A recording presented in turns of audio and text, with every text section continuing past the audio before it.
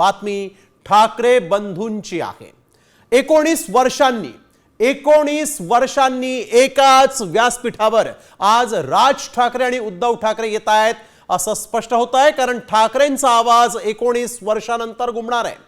ठाकरेंनी एकीची वज्रमुठ आवळलेली आहे, तर त्याची संयुक्त निमंत्रण पत्रिका जी आहे ती संजय राऊत यांनी जारी केली। मात्र या निमंत्रण पत्रिकेमध्ये नेमकं काय म्हटलंय, या निमंत्रण पत्रिकेमध्येच ठाकरे बंधू कसे एकत्र आलेले आहेत पाहूयात सविस्तर या स्पेशल रिपोर्टमध्ये। आवाज मराठीचा, दोन ठाकरेंच्या एकीचा, सरकार विरोधात ठाकरेंनी आवळली वज्रमुठ,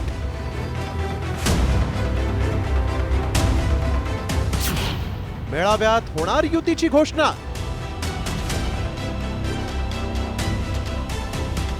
गिरे रे पैसा चा हा ट्रेलर लॉन्च आहे। माझा ट्रेलर मी काल लॉन्च केला होता। पिक्चर अभी बाकी है।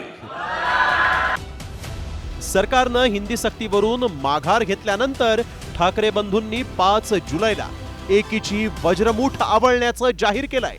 तर राज ठाकरे आणि उद्धव ठाकरेंच्या एकी संदर्भात उद्धव ठाकरेंनी निमंत्रण पत्रिकाच प्रसिद्ध केली।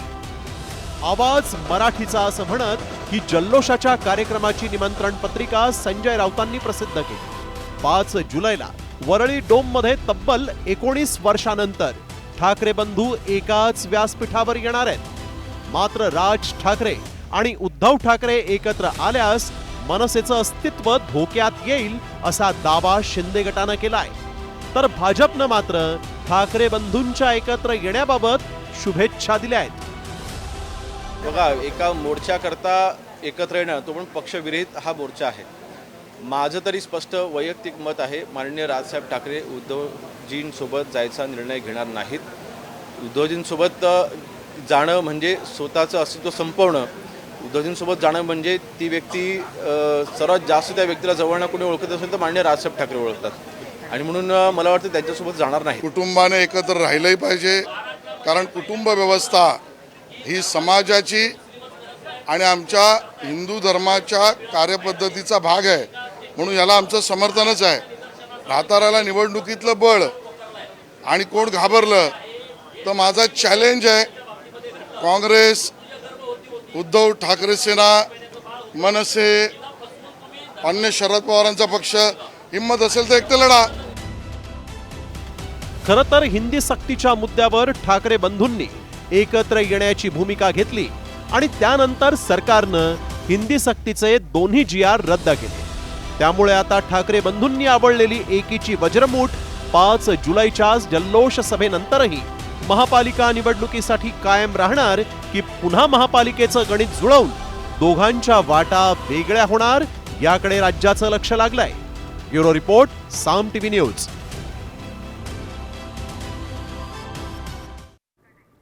अखेर ठाकरेंच्या जल्लोष मेळाव्याचं ठिकाण ठरलेलं आहे। मुंबईतील वरळी डोम मध्ये मनसे ठाकरे सेनेचा भव्य मेळावा होणार आहे। उद्धव ठाकरेंच्या मुखपत्रातून सभेचं ठिकाण जाहीर करण्यात आलेलं आहे। विजय दिवसाचा सोहळा शिवतीर्थावर व्हावा अशी आमची इच्छा, मात्र सरकारकडून आम्हाला परवानगी मिळणार नाही याची कल्पना आहे असा आरोप संजय राऊत यांनी केला। मनसे प्रमुख राज ठाकरे यांच्याशी चर्चा झाली, माननीय उद्धव साहेब शिवसेना पक्षप्रमुखांशी चर्चा झाली। वरळीला जे डोम सभागृह आहे मोठं, तिथे हा सोहळा करावा, पण त्याचबरोबर शिवसेनेनं आधी शिवतीर्थ मिळावं या कार्यक्रमासाठी, यासाठी आम्ही विनंती अर्ज केलेला आहे। कारण मराठी माणसाचा हा सोहळा शिवतीर्थावर व्हावा अशी एक भूमिका होती। अर्ज तो आमचा अजूनही पेंडिंग आहे, पण हे सरकार काय आम्हाला ती परवानगी देणार नाही हे आम्हाला माहिती आहे। शिवतीर्थावर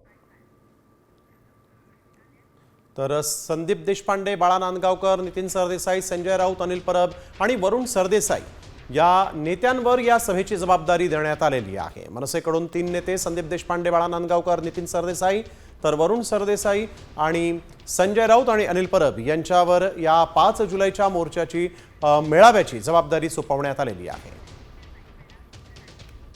एकीकडे 5 जुलैच्या या विजयी मेळाव्याची निमंत्रण पत्रिका समोर आली आहे, तर दुसरीकडे विजय मेळाव्यानिमित्त राज ठाकरे आणि उद्धव ठाकरे एकत्र आल्याचे बॅनर लागायला सुरुवात झाली. गिरगावात हे बॅनर लावण्यात आलेले आहेत. तुम्ही दोघे फक्त एक व्हा, बाकी आम्हा मराठी लोकांवर सोडा. धिंगाणा कसा घालू ते बघाच. माननीय बाळासाहेब ठाकरे हे स्वर्गातून हेच सांगत असतील असा आशय या बॅनरवर आहे.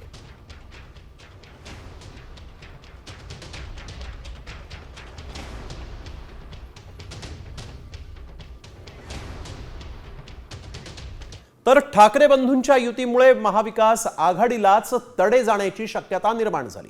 त्याचे स्पष्ट संकेत महाविकास आघाडीतील प्रमुख पक्षांनी दिलेले आहेत. राज ठाकरेंच्या महाविकास आघाडीतील सहभागामुळे कुणाची कुंडी होणार आहे, पाहूयात या रिपोर्टमध्ये. ठाकरेंच्या युतीला मवियातून विरोध. ठाकरे एकत्र येणार, मविया फुटणार. राज ठाकरेंची भूमिका काँग्रेसला अमान्य.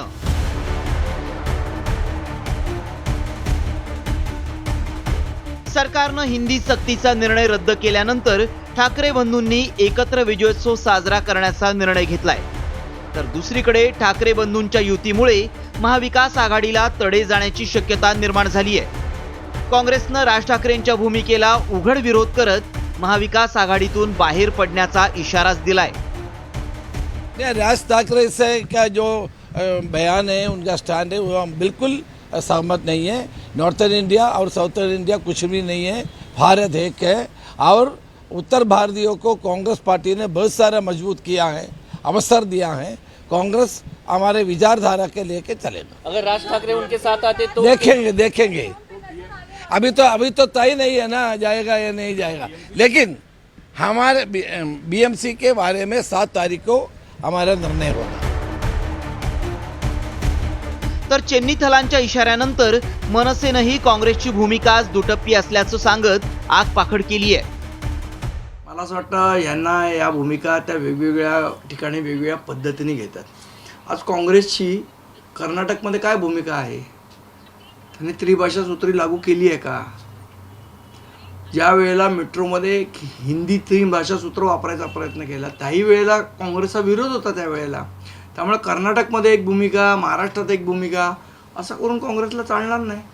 आणि काँग्रेसची 2009ला काय भूमिका होती? ज्या वेळेला इथल्या स्थानिक भूमिपुत्रांना नोकरी मिळाली पाहिजे ही आमची भूमिका तेव्हाही होती, आजही आहे. त्या भूमिकेला त्यावेळेला काँग्रेसचा विरोध होता. त्यामुळे नेमकी आमची भूमिका काय आहे, मला असं वाटतं ही त्यांनी समजून घेतली पाहिजे.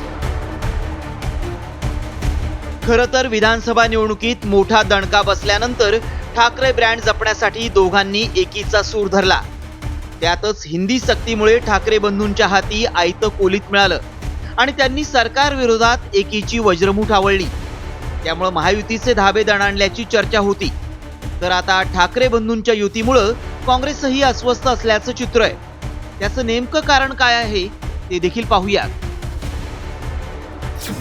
राज ठाकरेंच्या मवियातल्या सहभागानं उत्तर भारतीय दुरावण्याची भीती आहे.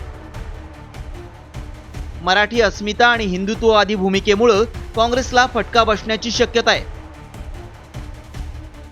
राज ठाकरेंसोबत युती झाल्यास मुस्लिम मतदार फारकत घेण्याची भीती आहे. मवियातील मनसेच्या सहभागानं जागा वाटपावर परिणाम होण्याची देखील शक्यता आहे. ठाकरे बंधूंच्या युतीबाबत काँग्रेसही भाजपच्याच वाटेनं चालल्याचं चित्र आहे. त्यामुळे 5 जुलैच्या मेळाव्यात ठाकरेंनी युतीची घोषणा केल्यास 7 जुलैला काँग्रेस आपले पत्ते उघड करून मवियातून बाहेर पडणार का, याकडे सगळ्यांचं लक्ष असतानाच मुंबई महापालिका निवडणुकीच्या पार्श्वभूमीवर महाविकास आघाडीतील पडलेली फूट ही भाजपच्याच पथ्यावर पडणार का, अशी देखील चर्चा आहे. ब्युरो रिपोर्ट, साम टीव्ही न्यूज.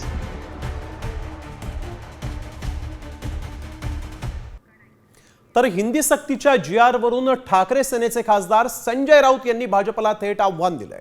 उद्धव ठाकरेंच्या काळातील GR असेल तर तो GR आणून सेना भवन समोर जाळा, आम्ही तुम्हाला जागा देतो असं आव्हान राऊत यांनी दिलं. हिंदी सक्तीचा निर्णय उद्धव ठाकरेंच्या नेतृत्वातील मविया सरकारच्या काळातच घेण्यात आल्याचा आरोप देवेंद्र फडणवीसांनी केला होता आणि त्यावर आता राऊत यांनी हे सडेतोड उत्तर दिलं आहे. अतिशय आनंद आहे.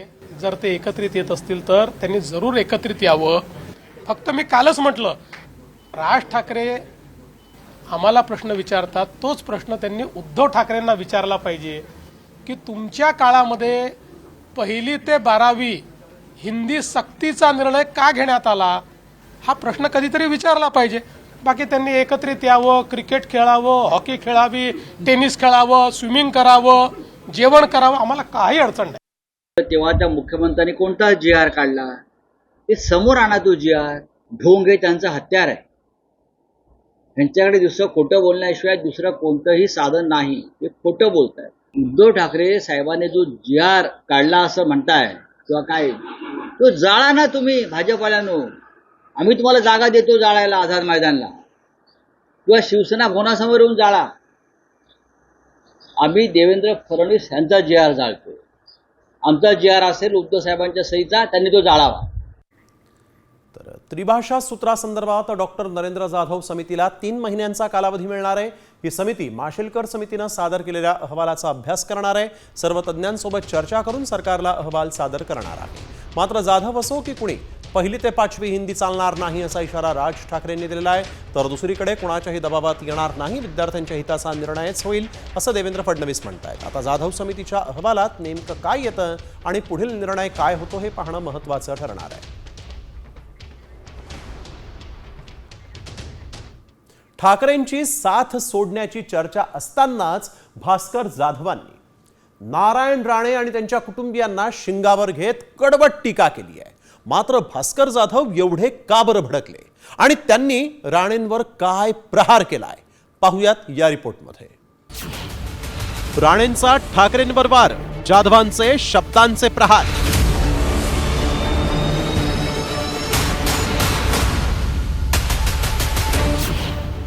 जाधवांनी राणे पितापुत्रांना सुनावलं.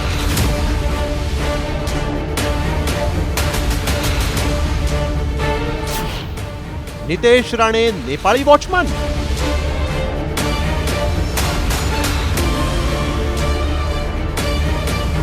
तो मंत्री असलेला तो नेपाळी वॉचमन सारखा पोरगा दिसतो ना, नेपाळी वॉचमनच्या पोरग्यासारखा. त्यांची चोच ही नेहमी नरकातच बुडालेली असते. हा संताप आहे ठाकरे गटाचे नेते भास्कर जाधवांचा आणि त्यांच्या संतापाला कारण ठरलंय ते दोन्ही बंधूंच्या एकत्र येण्यावरून नारायण राणेंनी केलेली टीका. खरं तर हे नारायण राणे आणि हे राणे फॅमिली याच्याबद्दल मी अनेक वेळा तुम्हाला सांगितलंय की मला प्रश्न विचारू नका, कारण यांची चोच ही नेहमी नरकातच बुडालेली असते. परवांच्या दिवशी त्यांचा तो मंत्री असलेला तो नेपाळी वॉचमन सारखा पोरगा दिसतो ना, नेपाळी वॉचमनच्या पोरग्यासारखा, त्यानं कोणत्या भाषेमध्ये माझ्यावर टीका केली. आणि हे मंत्री देवेंद्र फडणवीसाच्या आणि भारतीय जनता पार्टीच्या मंत्रिमंडळामध्ये आहेत. राणे पितापुत्र यांच्यावर निव्वळ शब्दांचे प्रहार करून भास्कर जाधव थांबलेले नाहीत, तर त्यांनी राणेंना काही सवालही विचारले आहेत. राणेंनी स्वतःचा पक्ष काढला आणि 1 वर्षात आपला पक्ष का सोडला? तुम्ही काँग्रेस पक्ष का सोडला? राणे, तुम्ही भाजपच्या चिपळूणच्या मेळाव्यामध्ये रवींद्र चव्हाणांना इशारा का दिला? दरम्यान नारायण राणेंनी एक्सवर पोस्ट करत उद्धव ठाकरेंवर नेमकी काय टीका केली होती तीही पाहूया. मला आठवतंय याच उद्धव ठाकरेंनी राज ठाकरे यांना छळलं होतं, त्रास दिला होता, पक्षाबाहेर जायला यांनीच प्रवृत्त केलं होतं. त्याची त्यांना जाणीव नाही वाटतं आणि आता का म्हणून लाळोगतायत? शिवसेनेच्या अधोगतीला पूर्ण जबाबदार उद्धव ठाकरे आहेत. मराठी माणसानं आणि हिंदूंनी यांना घरी बसवलं. गेलेले परत मिळवण्याची धमक आणि क्षमता उद्धव ठाकरेंमध्ये नाही. जो बूंद से गई वो हौद से नहीं आती. एकीकडे भास्कर जाधव ठाकरेंच्या विरोधात सातत्यानं आपली नाराजी व्यक्त करतायत.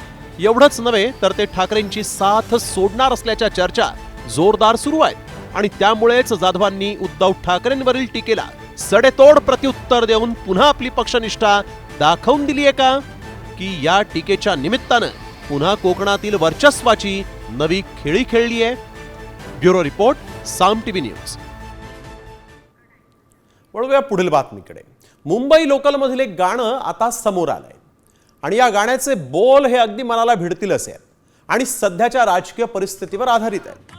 मराठी बोला तुम्ही मराठी बोला असे हे बोल असलेलं गाणं आहे. प्राथमिक शिक्षणात हिंदी सक्तीच्या महाराष्ट्र सरकारच्या निर्णयामुळे वाद पेटलेला असताना, हिंदी सक्तीला वाढता विरोध झालेला असताना महायुती सरकारनं GR रद्द केलेला आहे आणि या वादाच्या पार्श्वभूमीवर मुंबई लोकलमधलं हे गाणं आता समोर येत आहे आणि मोठ्या प्रमाणात व्हायरल होत आहे. मोठ्या प्रमाणात या गाण्याला लोकांची पसंती मिळते.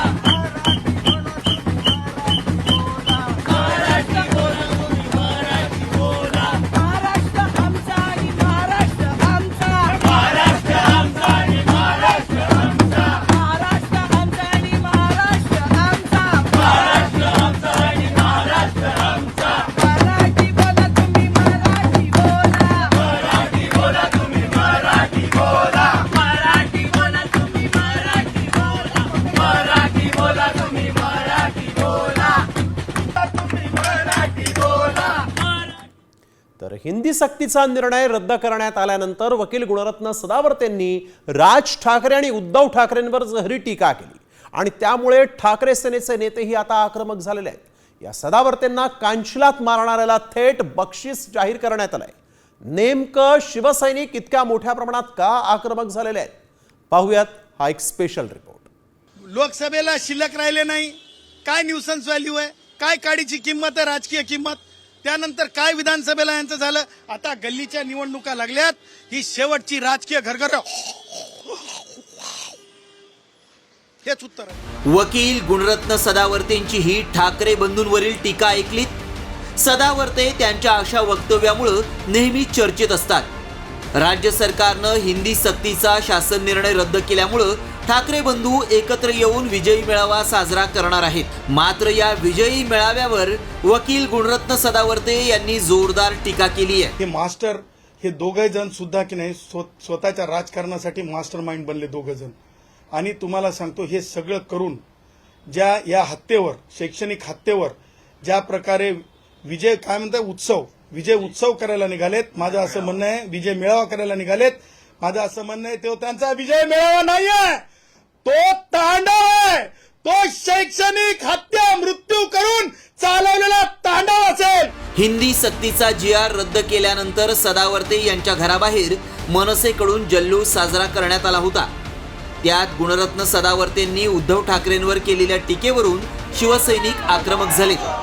ठाकरे सेनेचे प्रशांत भिसे यांनी तर वायफळ बडबड करणाऱ्या सदावर्तेंना धडा शिकवण्याची गरज असल्याचं म्हणत सदावर्तेंच्या कानशिलात मारणाऱ्याला थेट 1 लाखाचं बक्षीस जाहीर केलंय.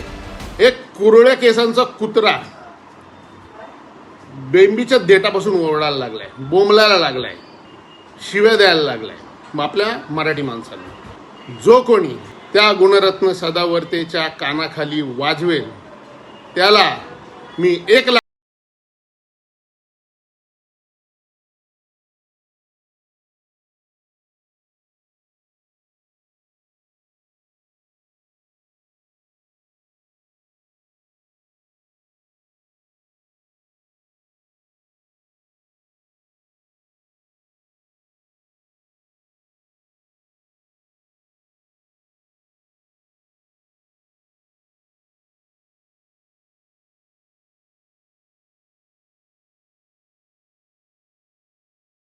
तर भाजपमध्ये कुणाशीही रक्ताचं नातं नाही, पण हिंदुत्वाचं नातं असल्याचं मुख्यमंत्री देवेंद्र फडणवीस म्हणाले.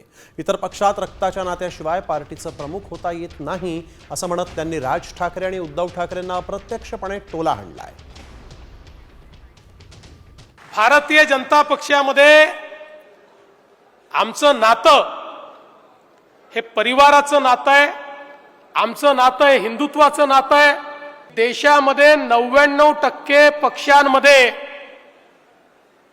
आपण जर बघितलं तर एकाच परिवारातले लोक अध्यक्ष होतात.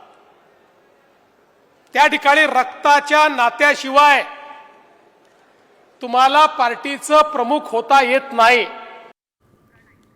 तर वळूया पुढील बातमीकडे. काँग्रेस आमदार नाना पटोलेंना आज विधानसभेच्या कामकाजातून दिवसभरासाठी निलंबित करण्यात आलं. पटोलेंनी भाजप नेते बबनराव लोणीकर तसंच कृषी मंत्री माणिकराव कोकाटे यांनी शेतकऱ्यांचा अपमान केल्याचा मुद्दा उपस्थित केला होता आणि ते अध्यक्षांच्या खुर्चीजवळ गेले आणि त्यावरून अध्यक्षांवर धावून जाणं अशोभनीय असून पटोलेंनी माफी मागावी अशी मागणी मुख्यमंत्र्यांनी केलेली आहे. सत्ताधाऱ्यांनी गोंधळ घातल्यानंतर अध्यक्षांनी पटोलेंचं दिवसभरासाठी निलंबन केलं. सभागृहाची बैठक महोदय, एखाद्या विषयावर भावना व्यक्त करणं वेगळी गोष्ट आहे आणि थेट अध्यक्षांवर धावून जाणं हे अशोभनीय आहे. अशा प्रकारे अध्यक्षांवर जणू काही अध्यक्षच दोषी आहेत अशा पद्धतीनं अध्यक्षांवर धावून जाणं हे या सभागृहात आम्ही पहिल्यांदा पाहतोय. लोक वर गेले नाही तसं नाही आहे, पण ही पद्धत कुठली आहे की अध्यक्षांच्या अंगावर धावून जायचं? ही पद्धत योग्य नाही, अतिशय अयोग्य पद्धत आहे. अध्यक्ष महोदय, नाना भाऊ हे स्वतः अध्यक्ष राहिले आहेत. अध्यक्ष राहिलेल्या व्यक्तीने अशा प्रकारे अध्यक्षाच्या अंगावर धावून जाणं हे योग्य नाहीये. नाना भाऊंनी माफी मागितली पाहिजे असं माझं मत आहे. नाना भाऊंनी माफी मागितली पाहिजे, त्यांनी माफी मागितली पाहिजे. अध्यक्ष महोदय, सभागृहाचं कामकाज नियमित चालण्यासाठी मी विधानसभेचा अध्यक्ष म्हणून माझ्या अखत्यारीत नानाभाऊ पटोले यांना दिवसभरासाठी सस्पेंड करत आहे. दरम्यान शेतकऱ्यांचा अपमान सहन करणार नाही असं यानंतर नाना पटोलेंनी प्रतिक्रिया देताना म्हटलंय. सभागृहाची बैठक 5 मिनिट हा उघडाच फिरत होता, फक्त 2 बायका होतात त्याला. अशा पद्धतीचं आता चित्र दिसते आम्हाला. आणि जो शेतकऱ्यांच्या बद्दल बोलेल त्याला निलंबित करायचं सभागृहातून, आणि जे शेतकऱ्याच्या विरोधात बोलतात, शेतकऱ्यांची चेष्टा करतात, त्यांना सन्मानानं वागवतात, अशा पद्धतीचे हे सरकार आहे. भाजप हे शेतकरी विरोधी है. अगर मोदी किसानों का बाप है, इस तरह कहते हैं, तो मोदी किसानों का बाप नहीं हो सकता, मोदी इनका बाप हो सकता है. तर विरोधी पक्षनेत्याची अजूनही निवड न झाल्यामुळे विरोधक आक्रमक झाले. भास्कर जाधवांनी त्या संदर्भात नाराजी व्यक्त केली आहे. मवियाकडून विरोधी पक्षनेतेपदासाठी माझं नाव दिलं होतं, मात्र सरकारनं अध्यक्षांकडे आणि त्यांनी सरकारकडे बोट दाखवत हे पद रिक्त ठेवलंय आणि यासाठी विधिमंडळाकडून आम्ही मुख्यमंत्री उपमुख्यमंत्र्यांची भेट घेतली होती, मात्र निर्णय होत नाही. सरकारनं आमच्याकडे लक्ष द्यावं असं भास्कर जाधव यांनी म्हटलंय. विरोधी पक्षनेता महाराष्ट्र विधानसभा याकरता माझं नाव देण्यात आलेलं आहे. माझ्या पक्षातर्फे पण काँग्रेस, राष्ट्रवादी काँग्रेस आणि शिवसेना म्हणून आम्ही माननीय मुख्यमंत्री महोदयांना भेटलो, उपमुख्यमंत्री महोदयांना भेटलो, अध्यक्षांना सुद्धा 4-4 वेळा भेटलो, परंतु अद्यापपर्यंत त्यांनी विरोधी पक्षनेते पदाचा निर्णय हा जाहीर केलेला नाही. ही वस्तुस्थिती खरी आहे. तर भाजप प्रदेशाध्यक्षपदी रवींद्र चव्हाणांच्या नावाची घोषणा करण्यात आलेली आहे. मंत्री किरण रिजिजू यांनी या संदर्भातली ही घोषणा केली. वरळीतील डोम इथं घेण्यात आलेल्या मेळाव्यात भाजपकडून प्रदेशाध्यक्षपदाची घोषणा झालेली आहे. स्थानिक स्वराज्य संस्थांच्या निवडणुकीच्या पार्श्वभूमीवर भाजपकडून शक्ती प्रदर्शन करण्यात आले.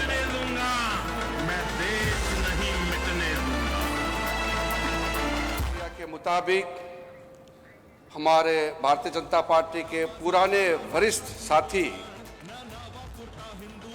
वरिष्ठ और वर्तमान में राष्ट्रीय कार्यकारिणी के सदस्य हैं रविंद्र चौहान जी को निर्विरोध महाराष्ट्र प्रदेश अध्यक्ष चुना गया है. मैं उनको बहुत बहुत बधाई देना चाहता हूं. तर रवींद्र चव्हाण यांची आज भाजप प्रदेशाध्यक्षपदी निवड झालेली आहे. त्यांच्या कारकिर्दीवर एक नजर टाकूया.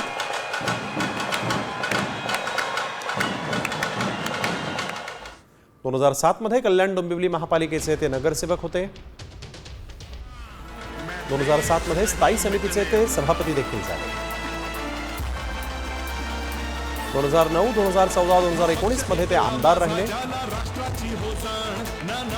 2021 मध्ये कॅबिनेट मंत्री म्हणून त्यांची निवड झाली. सार्वजनिक बांधकाम खातं, सिंधुदुर्ग जिल्ह्याच्या पालकमंत्री पदाची जबाबदारी देखील रवींद्र चव्हाणांनी सांभाळलेली आहे. तर वळूया पुढील महत्त्वाच्या बातमीकडे. समृद्धी महामार्गावरील टोलच्या झोलची कराळे मास्तरांनी पोलखोल केली. समृद्धी महामार्गावर टोलच्या नावाखाली लूट होत असल्याचा आरोप कराळे मास्तरांनी केलाय.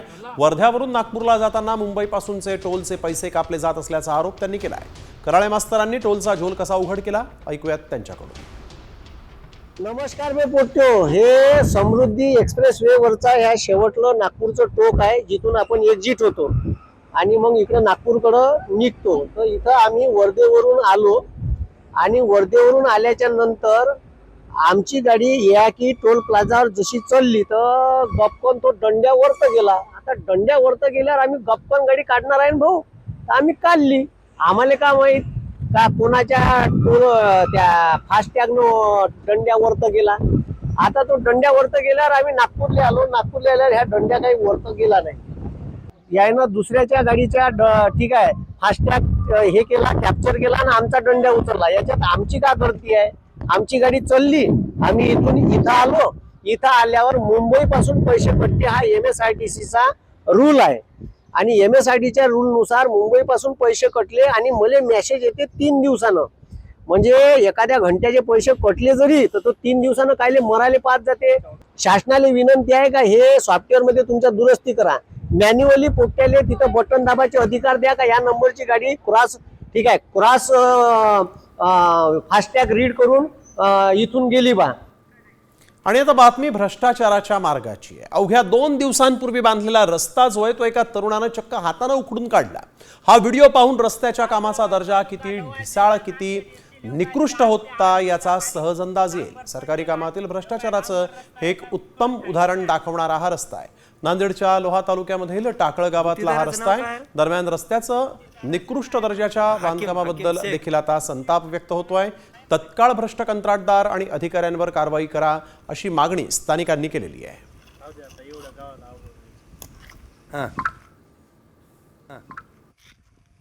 टाकळगाव तालुका लोहा जिल्हा नांदेड येथील हे काय 4 ते 8 दिवसाखाली डांबर पडलेला आहे. हे काय डांबर रस्ता हे काय उकळत आहे बघा. गुत्तेदाराचं नाव काय? गुत्तेदाराचं काय हाकीम शेख. हाकीम शेख आहे म्हणा.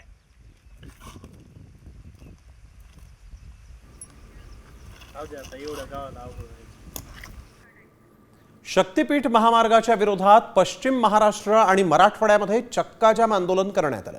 शक्तीपीठ महामार्गाविरोधात विरोध होत असलेल्या 12 जिल्ह्यांमध्ये महामार्ग रोखून चक्काजाम आंदोलन करण्यात आलेलं आहे. शक्तीपीठ महामार्गाविरोधातील लढा शेतकऱ्यांनी आणखीन तीव्र केलेला असून महामार्ग आमच्यावर लादू नका अशा तीव्र भावना शेतकऱ्यांनी व्यक्त केलेल्या आहेत.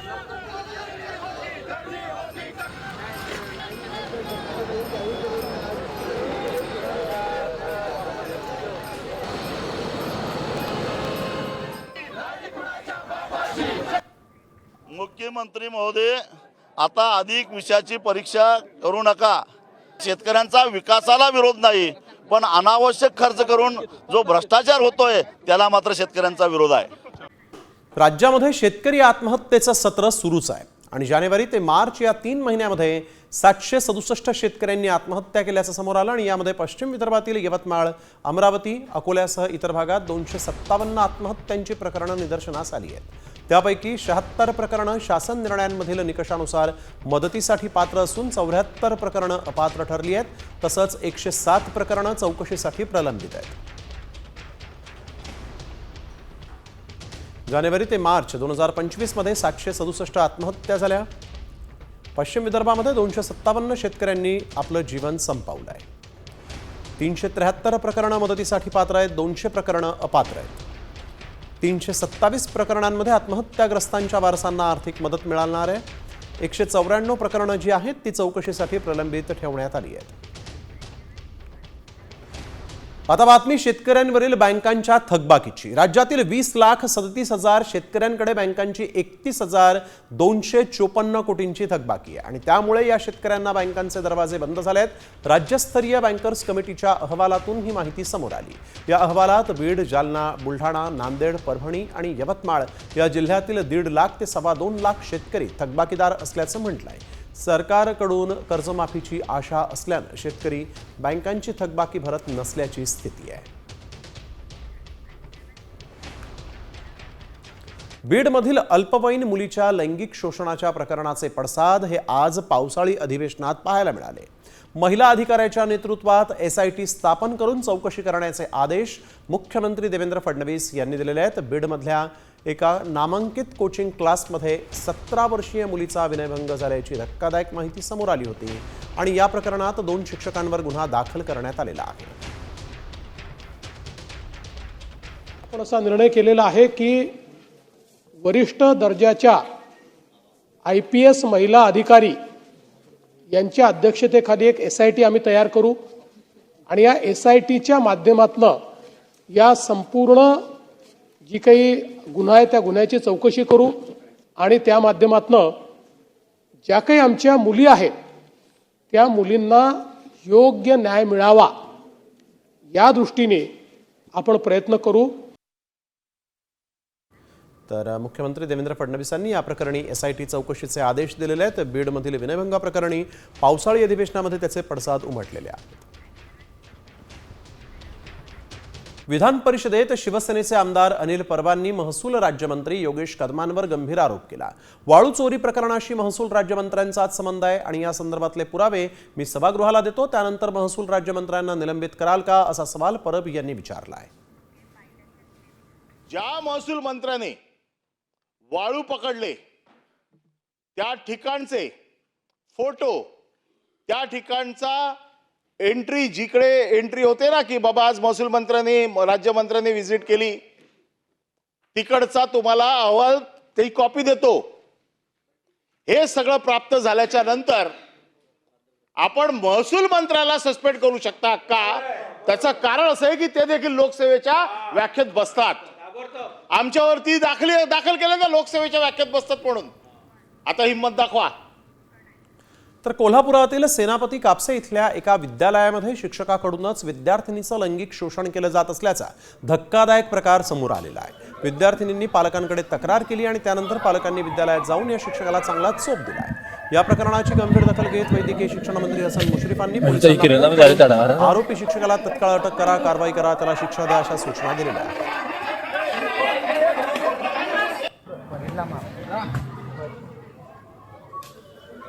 हा नमस्कार. अहो ते कापशीत जी हायस्कूलमध्ये काय घटना घडलेली आहे, जावा लगेच ताबडतोब त्या शिक्षकाला अटक करा. हा नारायणला चांगली शिक्षा द्या ताबडतोबी ना. हा ताब्यात, हा कडक शिक्षा झाली पाहिजे त्याला. छत्रपती संभाजीनगरच्या PES कॉलेजमध्ये परीक्षेसाठी आलेल्या विद्यार्थिनीला बुरखा घालण्यास मनाई करण्यात आल्याची तक्रार करण्यात आली होती आणि त्यावरून काही तरुणांनी कॉलेजमध्ये जाऊन प्राचार्य डॉक्टर अभिजित वाडेकर यांच्या केबिनमध्ये गोंधळ घातला. गोंधळ घालणाऱ्या तरुणाविरोधात बेगमपुरा पोलीस ठाण्यात गुन्हा दाखल करण्यात आलेला आहे. परीक्षेला जाताना तरुणीला बुरखा काढण्यास सांगितलं नसल्याचं प्राचार्यांनी म्हटलं. कॉलेज के प्रिंसिपल को या स्टाफ को बुरखे से प्रॉब्लम नहीं है.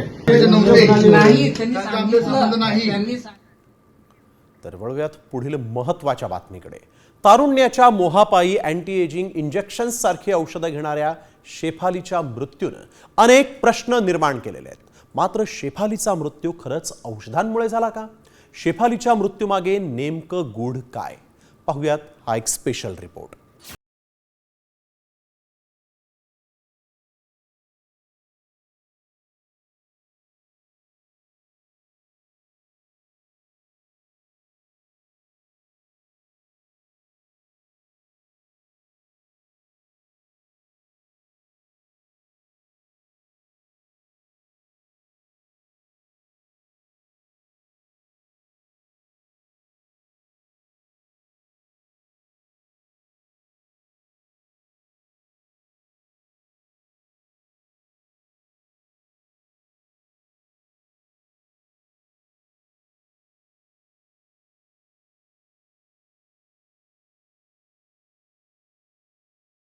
इंजेक्शन्स, गॅस्ट्रिक अशी औषधं घेत असल्याचं समोर आलं आणि अनेकांना धक्का बसला.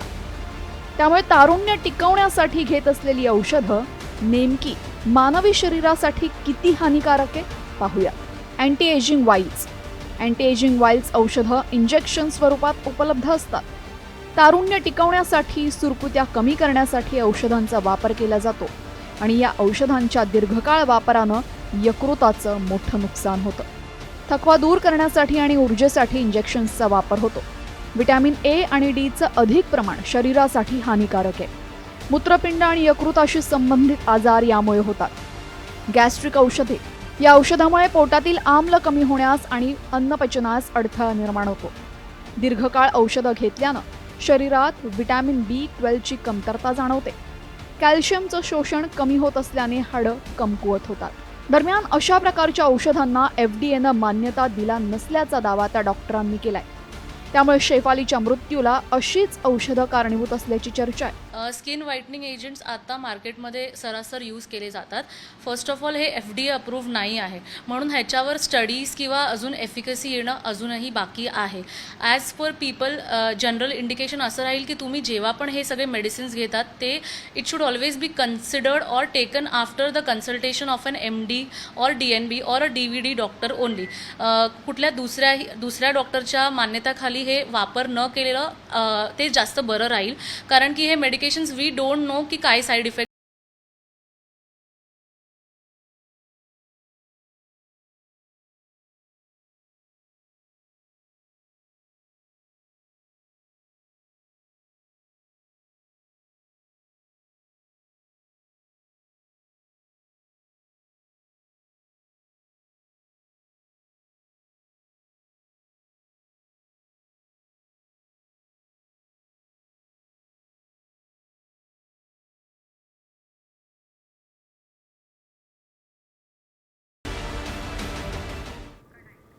स्कूल बस मालक संघटना आणि राज्यभरातील प्रवासी बस संघटनांनी आपला संप पुढे ढकललेला आहे. विविध मागण्यांसाठी 2 जुलैपासून संपाची हाक देण्यात आली होती. मात्र मुख्यमंत्री देवेंद्र फडणवीस आणि परिवहन मंत्री प्रताप सरनाईक यांच्यासोबतच्या चर्चेनंतर संप तुर्तास स्थगित करण्यात आलेला आहे.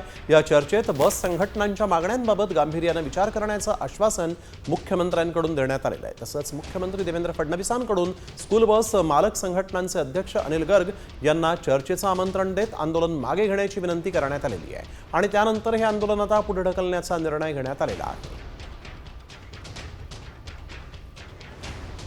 तर शाळेतून घरी जाण्यासाठी बस उपलब्ध नसल्यानं संतप्त विद्यार्थ्यांनी महामंडळाची बस रोखून धरली. शहापूरच्या कोठारे या गावातील विद्यार्थी दररोज धसई गावातील हायस्कूलमध्ये जाण्यासाठी बसनं प्रवास करतात. बस न मिळाल्यास या विद्यार्थ्यांना 10 किलोमीटरपर्यंत पायी प्रवास करावा लागतो. त्यामुळे विद्यार्थ्यांनी बस रोखत संताप व्यक्त केला. जोपर्यंत आम्हाला परतीच्या प्रवासाला बस उपलब्ध करून देत नाही तोपर्यंत बस सोडणार नाही अशी भूमिका या विद्यार्थ्यांनी घेतली होती.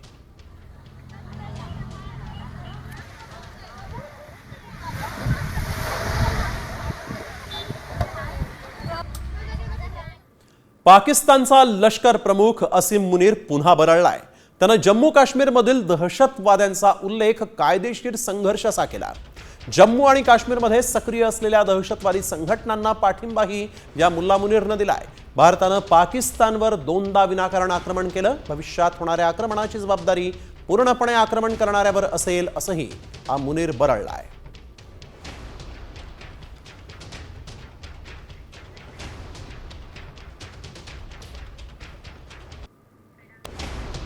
तर याच मुनीर सारख्या भारताच्या दुश्मनांची आता मात्र बोलती बंद होणार आहे. त्यांना घाम फुटणार आहे. कारण जगाची महासत्ता आता भारताच्या बरोबरीला आलेली आहे. कारण शस्त्रसज्जतेत भारतानं एक मोठं पाऊल टाकलं.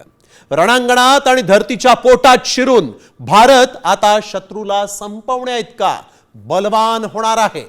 पाहुयात हा एक रिपोर्ट. भारताचा अग्निबाण उडवणार दाणादाण.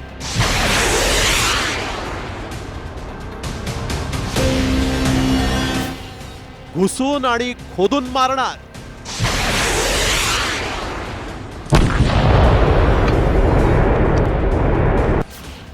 जगात भारी अग्निवारी.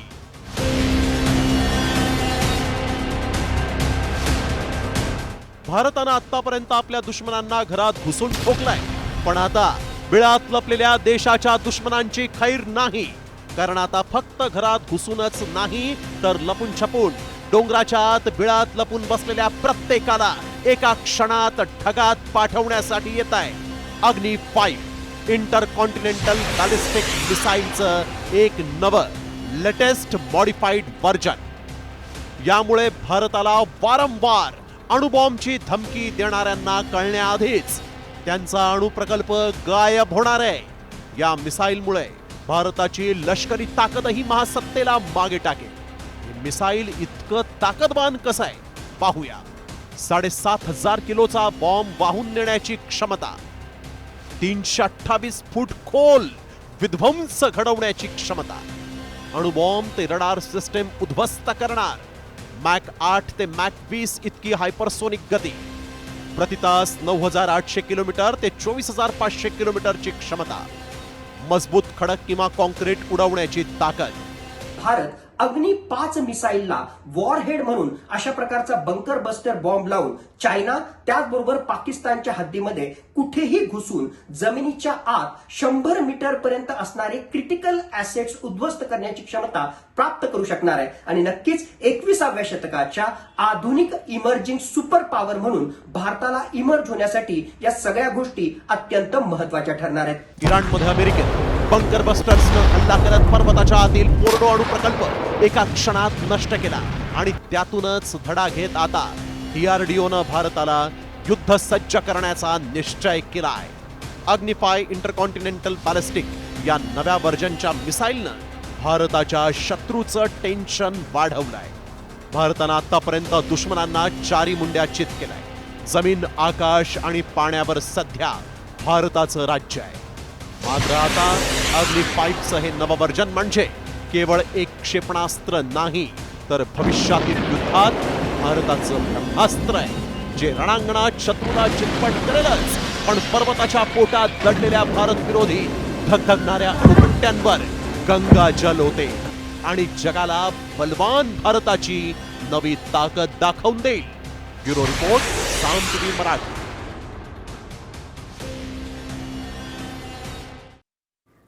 वळूया पुढील बातमीकडे. चालकाचं नियंत्रण सुटल्यानं भीषण अपघात झालाय.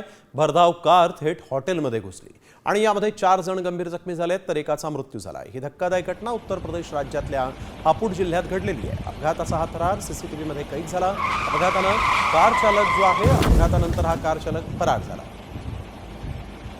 चालकाचं नियंत्रण सुटलं आणि हॉटेल थेट कारमध्ये घुसली.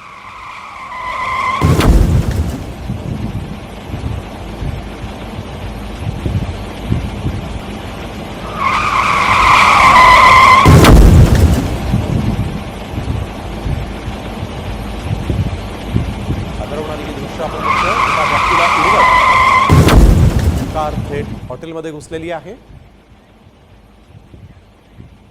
लोकलमध्ये प्रवास करणाऱ्या महिला प्रवाशांमध्ये आज पुन्हा एकदा तुफान राडा झाल्याचा प्रकार समोर आलाय. डोंबिवली स्टेशनवरून सुटणाऱ्या लोकलमध्ये ही हाणामारी झाली. CSMTकडे जाणाऱ्या लोकलमध्ये ही हाणामारी झालेली आहे. यावेळेस 2 महिलांनी एकमेकींच्या झिंज्या उपटल्याचं पाहायला मिळालेलं आहे. अशा पद्धतीनं या महिलाच एकमेकींच्या वैरी झाल्या होत्या, त्याची ही दृश्य.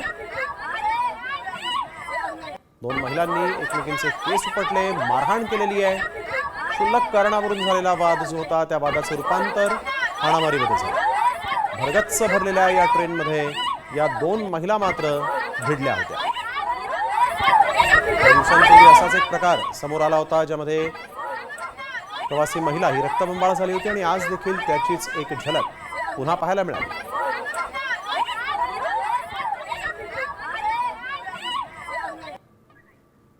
राज्यामध्ये मान्सून पुन्हा एकदा सक्रिय झालाय. जुलैच्या पहिल्याच आठवड्यात मुसळधार पावसाची शक्यता हवामान खात्यानं व्यक्त केली आहे. मात्र कोणत्या जिल्ह्यांना ऑरेंज अलर्ट देण्यात आलेला आहे पाहूयात.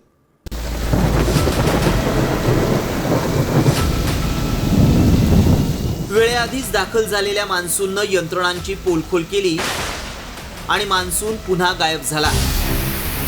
मात्र 3 दिवसांच्या विश्रांतीनंतर मान्सूननं पुन्हा एकदा गर्जना केली आहे. त्यामुळे जुलैच्या पहिल्याच आठवड्यात अरबी समुद्रात चक्राकार वारे वाहू लागल्यानं हवामान विभागानं राज्याला तुफान पावसाचा इशारा दिलाय. झारखंड अँड अडजॉइनिंग एरियाजमध्ये एक कमी दाबाचं क्षेत्र आहे आणि हे कमी दाबाचं क्षेत्र येणाऱ्या 24 तासात नॉर्थ वेस्टवर्ड्सला मूव्ह करणार आहे. उद्या आणि परवासाठी ऑरेंज अलर्ट आहे कोकण किनारपट्टीसाठी, रायगड, रत्नागिरी आणि सिंधुदुर्ग आणि त्याच्या लगतच्या घाट एरियाज आहे तिथे पण ऑरेंज अलर्ट दिलेत आहे. जुलैच्या पहिल्याच दिवशी मराठवाड्यासह विदर्भ, पश्चिम आणि मध्य महाराष्ट्रात पावसानं जोरदार हजेरी लावली. तर पुढील 4 दिवसांसाठी हवामान विभागानं ऑरेंज आणि येलो अलर्ट जारी केलाय. कोणत्या जिल्ह्यांना कोणता अलर्ट देण्यात आलाय पाहूयात. सिंधुदुर्ग, रत्नागिरी, रायगड, कोल्हापूर, सातारा, पुणे आणि नाशिक घाटाला ऑरेंज अलर्ट देण्यात आलाय. अरबी समुद्रातील चक्राकार वाऱ्यांमुळे राज्यात तुफान पाऊस होण्याची शक्यता आहे. त्यामुळे प्रशासकीय यंत्रणेची लक्तरं वेशीला टांगली जाऊ नयेत म्हणून यंत्रणा अलर्ट मोडवर आली आहे. मात्र अतिमुसळधार पावसामुळे होणारा धोका टाळण्यासाठी नागरिकांनीही खबरदारी घ्यायला हवी. सचिन गाडसह ब्युरो रिपोर्ट, साम टीव्ही न्यूज, मुंबई. उत्तराखंडमध्ये अडकलेल्या महाराष्ट्रातील 200 पर्यटकांपैकी काही जणांची सुखरूप सुटका करण्यात आलेली आहे. महाराष्ट्रातील 200 पर्यटक हे उत्तराखंडमध्ये फिरायला गेले होते आणि या पर्यटकांमध्ये 50 जण मुंबईतले असल्याची प्राथमिक माहिती आहे. हिमाचल, उत्तराखंड या राज्यांमधील अनेक भागांमध्ये ढगफुटी सदृश्य पाऊस झाला आहे. त्यामुळे अतोनात नुकसानही झालेलं आहे. गाड्या वाहून गेल्या आहेत, काही घरांमध्येही पाणी शिरलं तर काही ठिकाणी पत्त्याच्या बंगल्यांसारखी घरं जमीनदोस्त झालेली आहेत. पावसानं अक्षरशः हाहाकार केल्याचं पाहायला मिळालं. दरम्यान अडकलेल्या पर्यटकांच्या मदतीसाठी एक टीमही पाठवली जाणार असल्याचं कॅबिनेट मंत्री शंभूराज देसाईंनी म्हटलेलं आहे. तर उपमुख्यमंत्री एकनाथ शिंदेंनी उत्तराखंडचे मुख्यमंत्री पुष्कर सिंग धामी यांच्यासोबत संवाद साधला.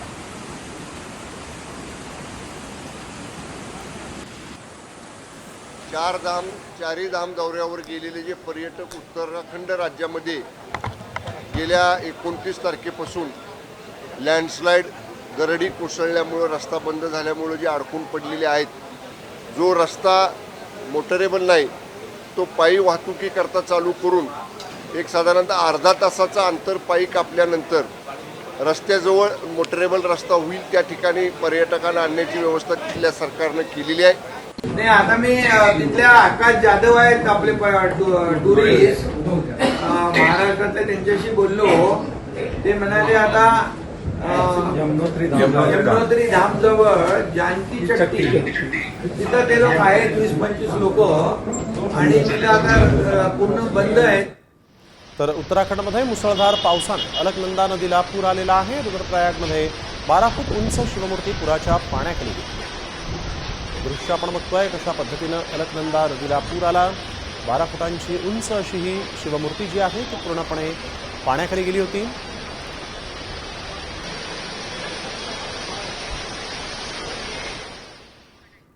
आणि आता पाहूयात वारीच्या बातम्या.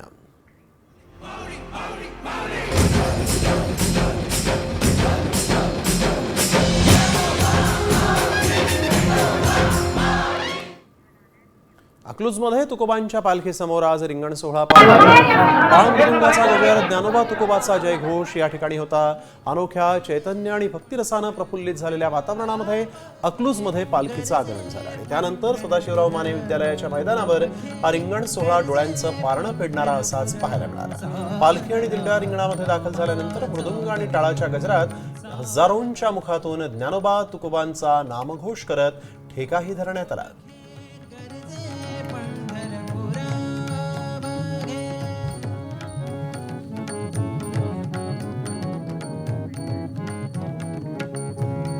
तुकाराम महाराजांची पालखी सोलापूर जिल्ह्यात दाखल झाली आणि त्याआधी सकाळी संत तुकाराम महाराजांच्या पादुकांचं सराटी गावाजवळ नीरा नदीमध्ये स्नान संपन्न झालं.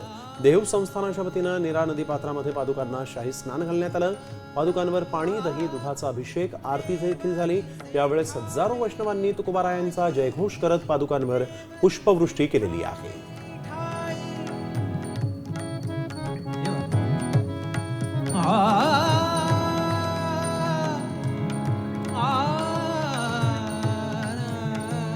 संत ज्ञानेश्वर माऊलींच्या पालखीचं माळशिरसच्या पुरंदवडे इथं पहिलं गोल रिंगण पार पडलं. माऊलींच्या पालखीनं सोलापूर जिल्हा हद्दीमध्ये प्रवेश केलेला आहे. नातेपुते इथला पाहुणचार स्वीकारल्यानंतर समस्त वारकऱ्यांचा आजचा मुक्काम हा माळशिरसमध्ये असणार आहे.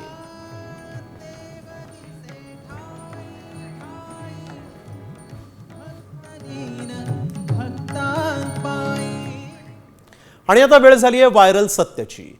आता विद्यार्थ्यांसाठी एक अतिशय महत्त्वाची बातमी. देशातल्या सगळ्या विद्यार्थ्यांना केंद्राकडून मोफत लॅपटॉप देण्यात येणार आहे. सोशल मीडियामध्ये याबाबतचा एक मेसेज व्हायरल होतोय. साम टीव्हीनं मग या मेसेजची पडताळणी केली, तेव्हा काय सत्य समोर आलं पाहूया. विद्यार्थ्यांना मिळणार फुकट लॅपटॉप. मोदी सरकारकडून फुकट लॅपटॉपची योजना. व्हायरल मेसेज मागचं सत्य काय? विद्यार्थ्यांना आता सरकार लॅपटॉप देणार आहे, तेही अगदी मोफत, असा मेसेज व्हायरल होतोय. कारण आता शाळा कॉलेजेस सुरू झाली आहेत. त्यामुळं खरंच विद्यार्थ्यांना सरकार मोफत लॅपटॉप देणार आहे का? कारण सध्याचं युग हे इंटरनेटचं युग आहे. त्यामुळं मोबाईल, लॅपटॉप या आता गरजेच्या वस्तू बनल्या आहेत. विद्यार्थ्यांना हे मोफत लॅपटॉप कसे दिले जाणार आहेत? सरकारची अशी कोणती योजना आहे? याची सत्यता जाणून घेणं गरजेचं आहे. त्यामुळं आम्ही याची पडताळणी सुरू केली. त्याआधी मेसेजमध्ये काय दावा करण्यात आलाय पाहूयात. केंद्र सरकारकडून विद्यार्थ्यांना मोफत लॅपटॉप दिले जाणार आहेत. डिजिटायझेशनला प्रोत्साहन देण्यासाठी केंद्राकडून ही योजना आणण्यात आली आहे. मोफत लॅपटॉपसाठी विद्यार्थ्यांना ऑनलाईन अर्ज करता येतील. हा मेसेज व्हायरल होत असून त्यासोबत लिंकही देण्यात आली आहे. या मेसेजची सत्यता जाणून घेण्यासाठी आमच्या व्हायरल सत्य टीमनं पडताळणी सुरू केली. विद्यार्थ्यांना लॅपटॉप मिळणार असेल तर तो कसा मिळणार? त्यासाठी अर्ज कुठे करायचा हे सांगणं गरजेचं आहे. आमच्या टीमनं सरकारकडून माहिती मिळवली, तसंच PIB सर्चही केला. त्यावेळी काय सत्य समोर आलं पाहूयात. विद्यार्थ्यांसाठी केंद्राची लॅपटॉप वाटपाची कोणतीही योजना नाही. सरकार विद्यार्थ्यांना लॅपटॉप देणार हा दावा खोटा आहे. मेसेज पाहून त्यावर लगेच विश्वास ठेवू नका. योजनेसाठी कोणत्याही लिंकवर क्लिक करू नका. हा मेसेज विद्यार्थ्यांची दिशाभूल करण्यासाठी व्हायरल केला जातोय. अर्ज भरण्यासाठी लिंकही पाठवल्या जात आहेत. त्यामुळे लिंकवर क्लिक करू नका. फसवणूक करणारे असे मेसेज व्हायरल करत असतात. आमच्या पडताळणीत विद्यार्थ्यांना सरकार मोफत लॅपटॉप देणार हा दावा असत्य ठरलाय. शिवाजी शिंदे, साम टीव्ही, मुंबई.